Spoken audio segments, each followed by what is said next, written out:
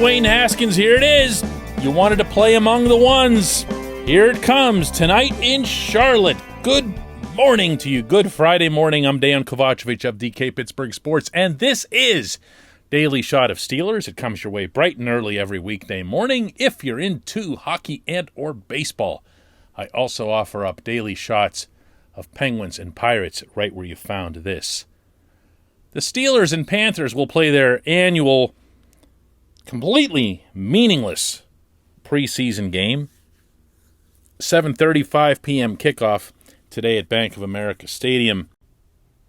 And Dwayne Haskins will be the guy who goes out there with, I guess whatever will pass for the first team offense. But more significant, I think, is that Matt Rule, Carolina's coach, told Mike Tomlin this week in a phone call that they had, which tells you a lot, by the way, about how seriously these games are taken.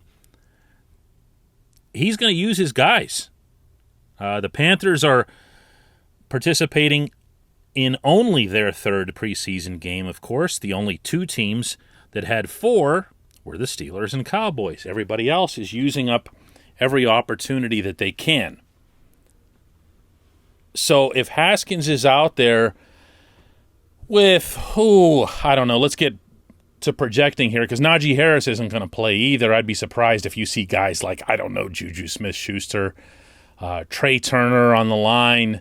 No real reason to use Zach Banner, you'd think, since he's been protected so much in practices coming off the knee surgery. So you're probably looking at 3/5 of the offensive line, probably both tight ends, maybe, or maybe not. Maybe it's Pat Freiermuth and Zach Gentry and other guys. And the wide receivers, I would imagine you're going to see Deontay Johnson. I don't know, maybe not. Maybe you're not going to see anybody. They have enough players still that they're carrying that they don't have to play any starters. They could pull this off numbers-wise. They really could. And one could make a solid argument for why they should. I think there are a couple of starters that I'd like to see get extra action for various reasons. One of them, on the other side of the ball, is Joe Schobert. He really looked like he could use some more reps in this defensive scheme and doing signal calling and so forth. And I think another, and this goes to the continuing conversation that everyone's having about the secondary, would be James Pierre and everyone else involved in the outside corner, slot corner mix. But the dude tonight is Haskins. And I happen to feel that this opportunity that he has in front of him will help shape the dialogue that we all have about the quarterback position, meaning amongst ourselves, but infinitely more important, within the Steelers' offices. And that's not a small thing. This is going to be the most impactful, as well as possibly the last impression that we have of Haskins in a football-looking setting until next year. So all this stuff that we're going to be fussing over, meaning after the coming season is done and we're getting into the draft and this is it, is Ben done, is Ben not done, Mason Rudolph's the only guy under contract, is he even worth keeping, are they going to move up in the draft, who's available, whose pro days are they visiting, and of course, what about Haskins? We've got Haskins right here. He's still young. He's a first-round pick. Whether he should have been or not, he was one. And the last thing we're going to have in our heads is what he does in this game tonight, even if that's unfair. This portion of Daily Shot of Steelers is brought to you by Point Park University. Choose from nearly 100 career-focused programs leading to bachelor's, master's, and doctoral degrees. Choose how and where you'll absorb these programs, whether it's at Point Park's gorgeous downtown Pittsburgh campus, whether it's online, maybe a flexible hybrid format is for you. Learn more about all of this at pointpark.edu. I'll tell you what I'd like to see from Haskins tonight more than anything else. His arm's not going to surprise me or you or anyone. We know he can fire bullets. We know he can, how did Ben put it, throw the ball through the car wash without getting it wet. That's great, and he's going to show that off. He's also going to show off, and I mean that in a positive sense, not in a cocky way, a good touch to the outside. That's been one of the things that's impressed me the most about him in camp and in practices. I didn't know he had that. I knew he could fire it across the middle, and I knew he could let it fly deep. I did not know he had a good soft touch going to the outside, finding just the right shoulder, just the right trajectory, putting just enough air under it.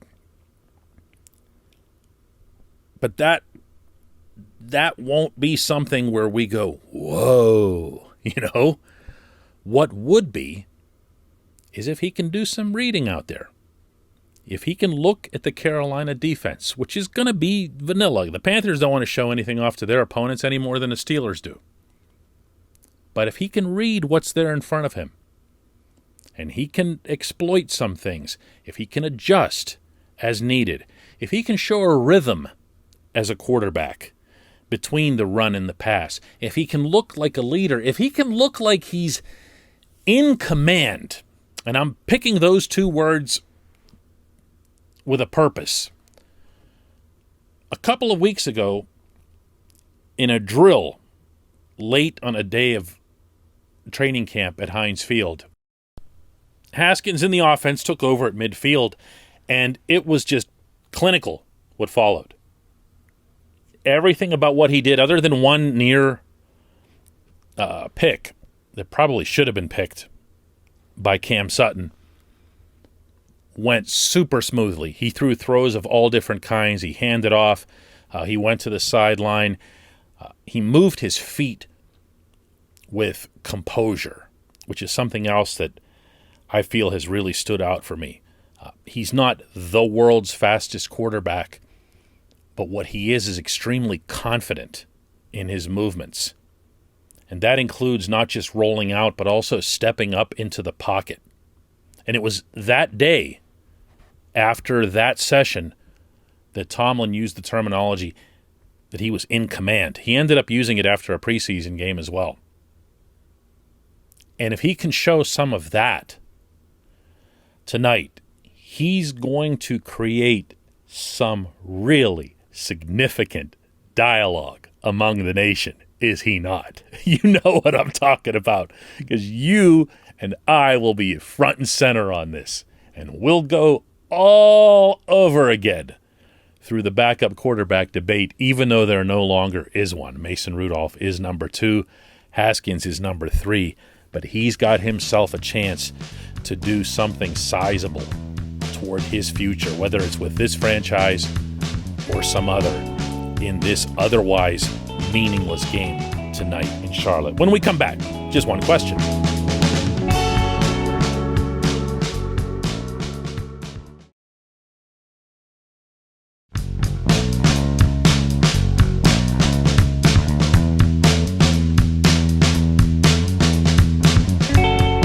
And welcome back.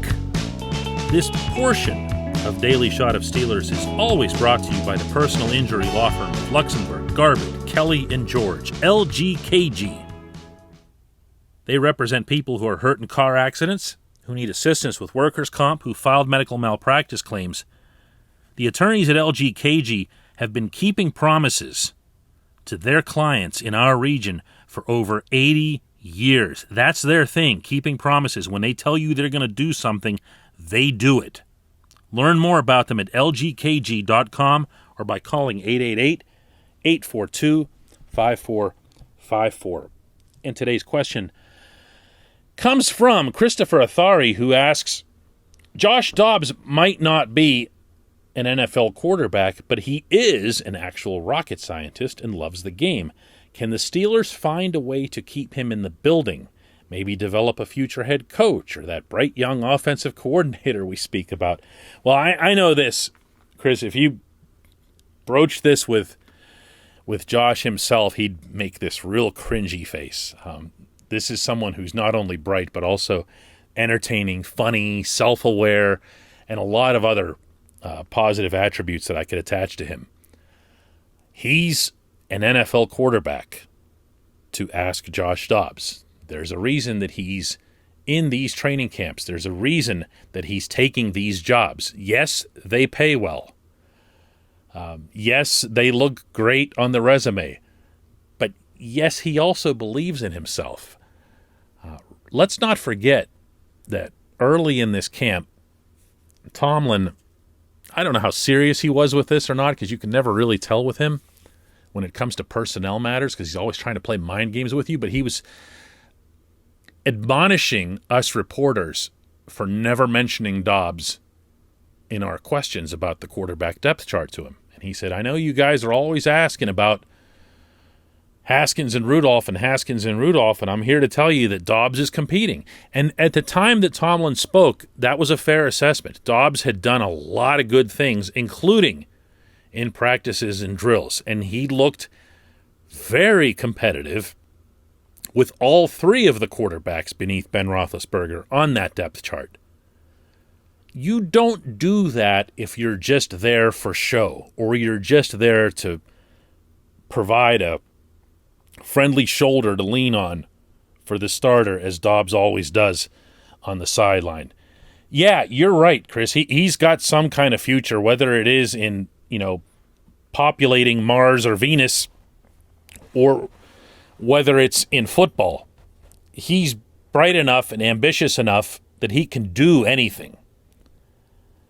But his outlook is very much on finding his way onto an NFL field. And if you think about where the Steelers were just a couple of years ago, not that anybody really wants to revisit what happened at that position in 2019, but let's remember that the Steelers went into Los Angeles to play the Chargers with Duck Hodges as their starter, not on their depth chart, as their starter in a Sunday night primetime game, if memory serves.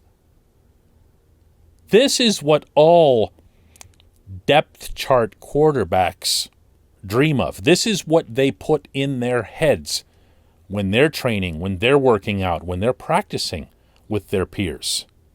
Sure, they know what their place is. They're out there more often than not running the scout team. If Dobbs is retained somehow after playing tonight, and that always gets a little bit complicated, that's going to be his job too. It's going to be some scout team. It's going to be some helping out Ben and whatever else here. I'm not optimistic that he'll be retained, because I think he'll perform well tonight, as he's performed all along, and that there aren't many teams in the league that go 4 deep at the position of any significant quality. So I don't know. I hear what you're asking, and I just don't think that it's something that you bring up with a player if that's what you're asking, or even if you think about in the back of your mind, like, man, this guy would make a really good coach. You would never, ever, ever say anything like that to him, because you'd be disrespecting where he is right now on your football team as a member of your roster. I appreciate the question. I appreciate everybody listening to Daily Shot of Steelers. And I got to tell you, I don't feel like taking the weekend off if the Steelers are playing tonight. So if anybody's game, I'm happy to do a bonus edition of Daily Shot of Steelers on Saturday. Just let me know through various means, wherever it is that you hear this. We're on all different kinds of platforms, but they all have commenting sections. Just let me know if you're up for a Saturday edition, and we'll do one of those tomorrow. Thanks for listening.